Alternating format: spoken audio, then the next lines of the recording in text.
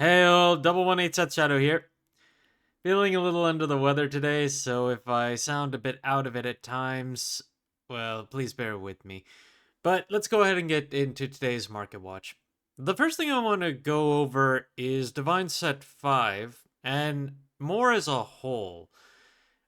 Considering that we're already on the edge of the release of DivineZ 6, looking back at DivineZ 5, it's pretty impressive just how well the current pricing of a lot of the chase cards in here have actually been holding. And when I say that, I'm talking more along the lines of like none of these shot up to ridiculous proportions for their base prices.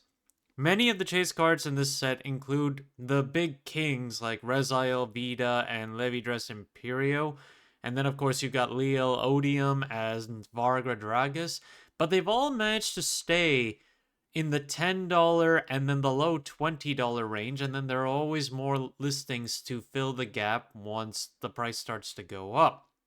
So it's quite intriguing to see. DivineZ 5 is the first set that implemented the higher pricing tier for Bushiroad after they had to increase prices due to inflation. And yet, despite that, we are seeing many of the main cards just not moving too high right now. Vargo Dragras is currently at 17 listings for around $14, and these are just triple rare talks. Rezael Vita, 24 listings, $15.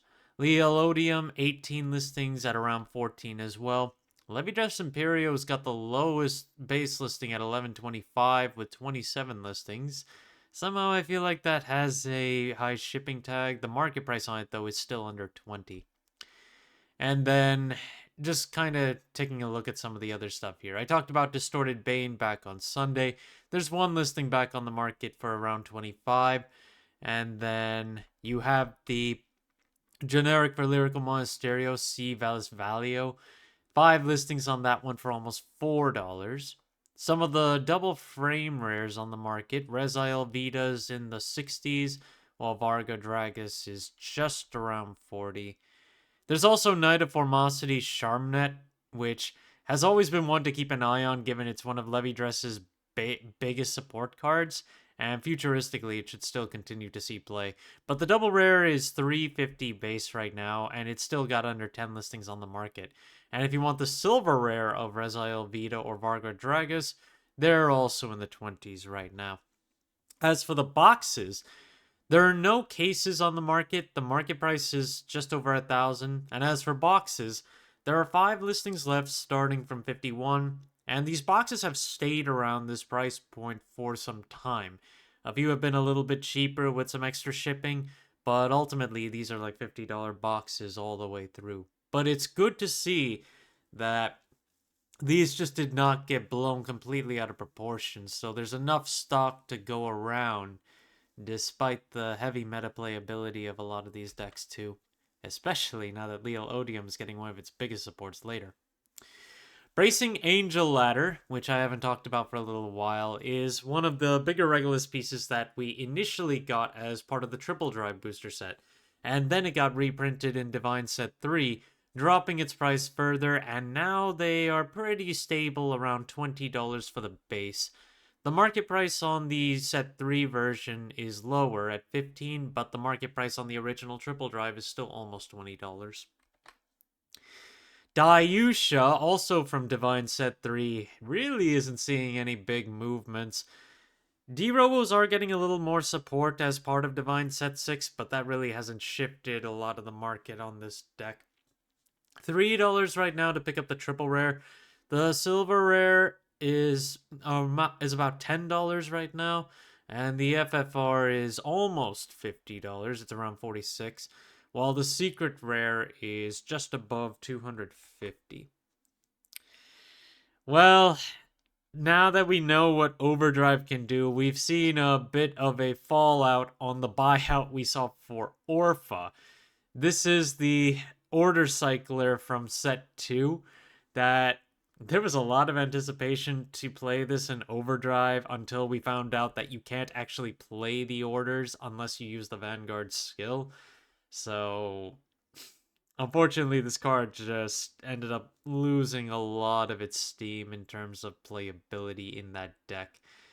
But regardless, this card is still effectively a generic that you can play in other ones. It's just not played too heavily. Right now, the double rare is available for as low as 12, while the frame rare is also around the same price point, just a little higher.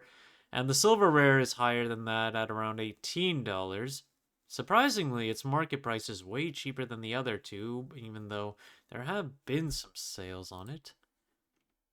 Let me see what's been happening here. Okay, so it hasn't sold since the end of January. That would also contribute to that. Yeah, it's 1820. I have a listing up there too. I had a lot of copies of this earlier, and I did end up selling a few, but I have some left over. I wasn't sure either whether or not Overdrive could use this, so I didn't put everything up initially, and I guess now I can pull that.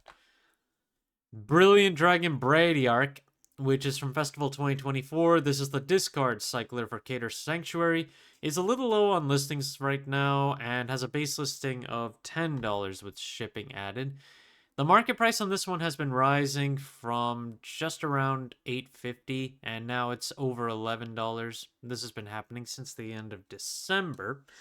And when we take a look at available listings, most of them are $12 to $14. But when we take a look at what they've actually been selling for, most of them have only sold at a maximum of almost 13, and for the most part, they've been $8 to $10 sales on this card. But another one that has been moving up is Elusive Winged Dragon Fiarmia, which is the discard cycler for Stoicheia. And this one now has a base price of around $9, and its market price has risen up from just under $4 to almost $6. And when we take a look at how this one has been selling, a lot more recent sales in the last few days have been moving at $8 or higher. And just before that, around the beginning of February, there were a lot of $5 or just around that copies that ended up selling as well. In terms of what's available now, they're still consolidated at 9 and then 10. So there are a good amount of copies to pick up at a max of 10 before this could potentially go higher. But I honestly don't know if this will really go that much higher. Netherworld Butcher. This is a promo from an older tournament pack for Bladmire. And since we do have Bladmire's new support coming in Divine Set 8, I guess there's been a bit more of a buyout on this one. The price has now risen to $14 for base, 8 listings, sorry. The market price has gone from about $5 to 8 since the end of December. And in terms of what's available for this one, we're basically looking at 15 plus across the board. Now, again, we don't know what any of the new Bladmire support does, and we don't even know what the new Bladmire is going to do. So, this is, again, just a preemptive, I would say, FOMO buyout that we don't even know if this card is really going to be that useful. Go ahead, Mikani, reviewing this card again now that Messiah is coming up with its new support. We are short on listings on both of the triple rares that are on the market. That includes the Triple Drive reprint. And they have a base listing of $15 to $16 overall, with market prices are around $11 to $12. No FFRs left on the market, and the market price on that one is around $44. It's been a while, but Burrow Mushrooms, despite being a really good generic for Stoicheia, has just kind of fallen out of the spotlight and is not really seeing a lot of movement now. There are lots of listings between all the copies that we've got. We have the foil, the frame rare, and 2 commons that you can pick, or a common promo and a rare. So, but between those 2 low-end ones, that's a total of 31 listings available for about $1 a piece. So this card is still not a cheap card, but I mean, it's not expensive. If you need to pick this up for token usage, this is still an easy pickup, especially now that Roroa is coming up, but I don't even know if you really need to play burrow mushrooms as much as before, now that you don't have as heavy of a dependency on tokens. But you still need souls, so this helps. So it's $1 to pick up for the low end, and even the foil version is only about $2 to pick up, while the frame rare, even at its max, I don't think this frame rare was ever really more than $15, and I'm not even sure if it's sold at that point. But now it's $5 to pick up, so very easy now. There was a new announcement from Bushiroad for Festival Collection 2025, and we got a few big announcements for that one. The first one being some new support for Quaking Ripple Monster Glima, the Bat, that has been really taking off in the last meta thanks to DivineZ 5 giving it some new support. Now we're looking at, there are a good number of listings available on the promo and the reprint from Festival 2023, but they're still pretty decently priced. $8 to almost $11 for the base listings, and the market prices are just over $9. There is an FFR on the market now, $250. Take it or leave it, I guess, but no, I don't. No, I don't think so. Then another big announcement. So, one of the things that I have been talking about for a little while is the incoming Blaster Blade the Vanguard promo, which we still haven't gotten for the international release. Bushiroad just announced that they are reprinting it as part of Festival Collection 2025 for Japan. So, with that in mind, revisiting Majesty Lord Blaster to see where that's at. We have 14 listings on the triple rare for about $5 to start. This is original set 5. The SP is currently at 2 listings with a $37 price tag to start. And then there's the 10th rare SP with only 1 copy on the market for $150. Now, I don't remember how you really play Blaster Blade the Vanguard in combination with the original Blaster Blade, if you even do. You potentially just play all Blaster Blade the Vanguard, but probably not, since you just play a Blaster Blade the Vanguard in the ride deck, so I can't really tell you that. But overall, just watch the Blaster support now. There will probably be a decent amount of FOMO going on there too. And our last card for today is Skyrender Avagarda, which we got an announcement of a new strategy order a little while ago that sent this card into buyout mode because it effectively makes it so that the first ride, whether it hits or not, will get you some kind of a bonus. Either it'll restand or it'll just search the Persona ride in order to restand later. And right now, the card is $14 base. I had some copies that I sold a little while ago, but they weren't this high. 14, and we're going all the way up to 30. We're not even going to note that one.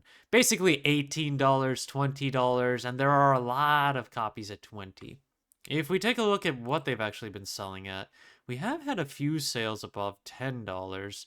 One of them was 14. 2 of them were basically 14. So, Avagarda is a pretty cool one overall, so I mean, that's the same I can say for a lot of stuff from Standard. It's just hard to put a lot of them down simply because of the cool artwork or just the way you play it. Thank you guys for watching. If you liked the video, please like and subscribe if you haven't already, and I will see you guys later.